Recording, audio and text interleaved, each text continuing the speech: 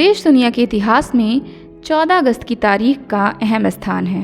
भारत के इतिहास में आज का दिन विभाजन विभीषिका स्मृति दिवस के रूप में मनाया जा रहा है। दरअसल अखंड भारत के आज़ादी के इतिहास में 14 अगस्त की तारीख आंसुओं से लिखी गई है। यही वह तारीख है जब देश का विभाजन हुआ। 14 अगस्त 1947 को पाकिस्तान और 15 अगस्त 1947 को भारत को पृथक राष्ट्र घोषित कर दिया गया।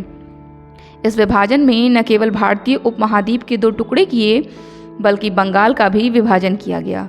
बंगाल के पूर्वी हिस्से को भारत से अलग कर पूर्वी पाकिस्तान बना दिया गया। यह 1971 की युद्ध के बाद बांग्लादेश बना। कहने को तो इसे देश का बंटवारा कहा गया, लेकिन यह दिलों का, परिवारों का, रिश्तों का और भावनाओं का बंटवारा था।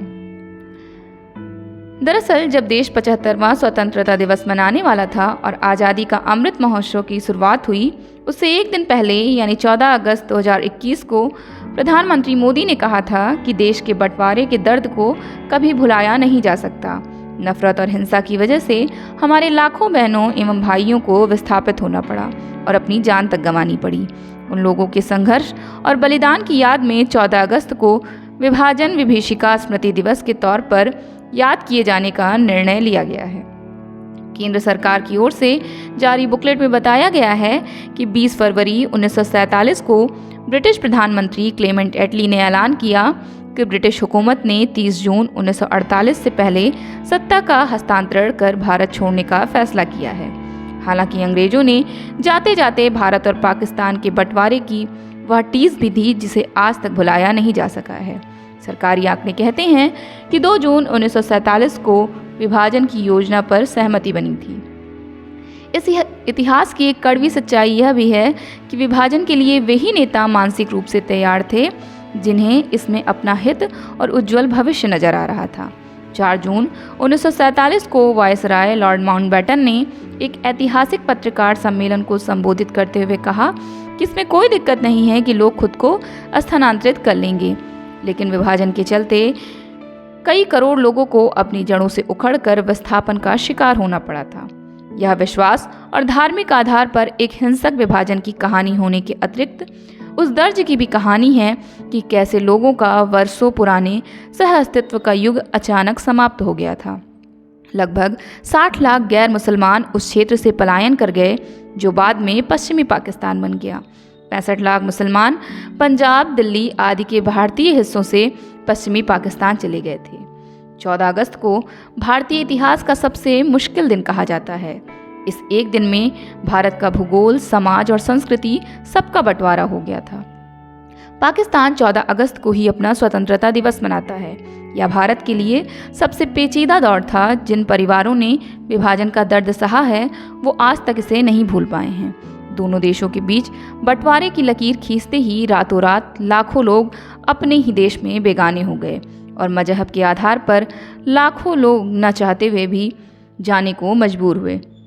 सिर्फ एक फैसले की वजह से लाखों लोगों को अपना घर बार छोड़ना पड़ा, अपनी ज़मीन जायदाद छोड़कर चले जाना पड़ा।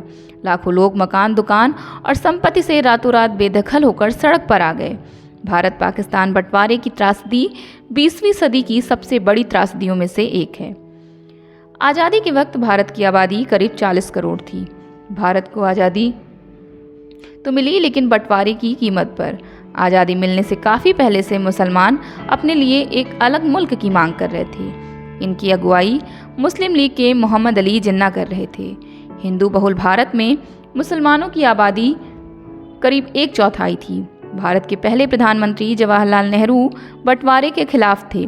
जिन्ना की जिद ने अंग्रेजों को यहाँ से जाते जाते एक लकीर खींचने का मौका दिया, ऐसी लकीर जो आज भी उथल पुथल मचाती रहती है। सिर्फ इस लकीर की वजह से दुनिया ने सबसे बड़ा विस्थापन देखा। करीब 1.45 करोड़ लोग विस्थापित हुए। बंटवारे के वक्त हुए दंगों में लाखों लोग मारे गए।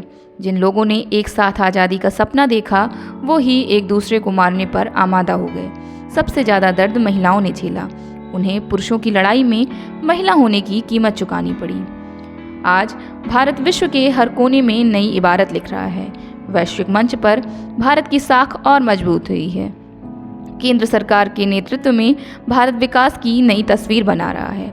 भारत का विकास केवल रोटी, कपड़ा और मकान तक ही सीमित नहीं है।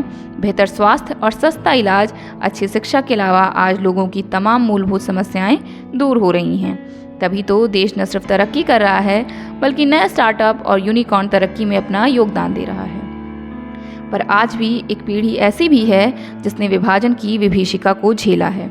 कुछ लोग तो ऐसे भी हैं जिन्होंने वो वक्त भी देखा है जब तिरंगा लहराने के लिए उनके परिवार के कई लोगों ने यातनाएं झेली हैं।